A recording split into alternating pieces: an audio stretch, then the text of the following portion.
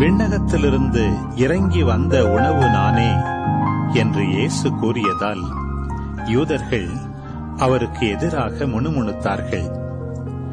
இவர் யோசேப்பின் மகனாகிய இயேசு அல்லவா? இவருடைய தாயும் தந்தையும் நமக்கு தெரியாதவர்களா?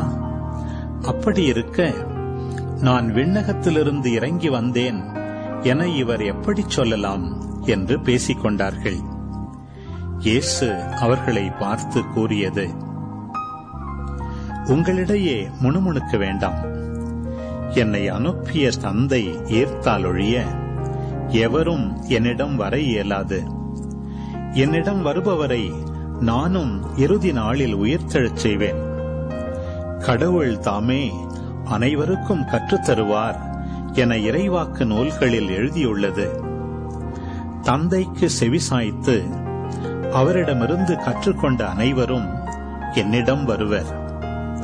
கடவுள் தாமே கற்றுத்தருவார் என்பதிலிருந்து தந்தையை எவராவது கண்டுள்ளார் என்று பொருள் கொள்ளக்கூடாது. கடவுளிடமிருந்து வந்துள்ளவர் மட்டுமே கடவுளை கண்டுள்ளார். உறுதியாக உங்களுக்கு சொல்கிறேன், என்னை நம்புவோர் நிலை வாழ்வை கொண்டுள்ளனர். வாழ்வு தரும் உணவு நானே. உங்கள் முன்னோர் பாலை நிலத்தில் மன்னாவை உண்ட போதிலும் இறந்தனர். உண்பவரை இரவாமல் இருக்கச் செய்யும் உணவு விண்ணகத்திலிருந்து இறங்கி வந்த இந்த உணவே. விண்ணகத்திலிருந்து இறங்கி வந்த வாழ்வு தரும் உணவு நானே.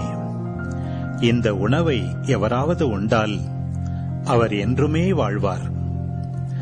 எனது சதையை உணவாக கொடுக்கிறேன். அதை உலகு வாழ்வதற்காகவே கொடுக்கிறேன்.